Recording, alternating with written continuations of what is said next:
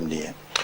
مولانا فضل الرحمان صاحب کا دھرنا ہوا، آپ قومی وطن پارٹی اس کا 9 جماعتوں کا حصہ تھی، آپ کیا سمجھتے ہیں کس طرح کی یقین دہانی کروائی گئی ہے مولانا فضل الرحمان صاحب کو کہ وہ واپس چلے گئے؟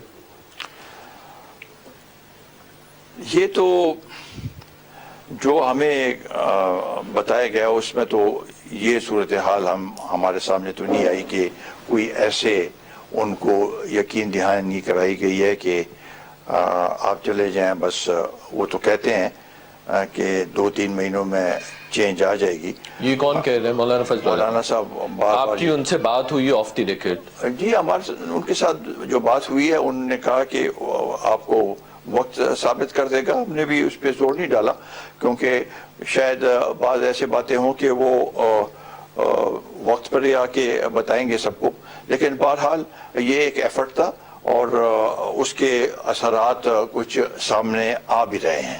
آ بھی رہے ہیں؟ کس طرح؟ کون سے اثرات ہیں جو سامنے؟ دیکھیں جی،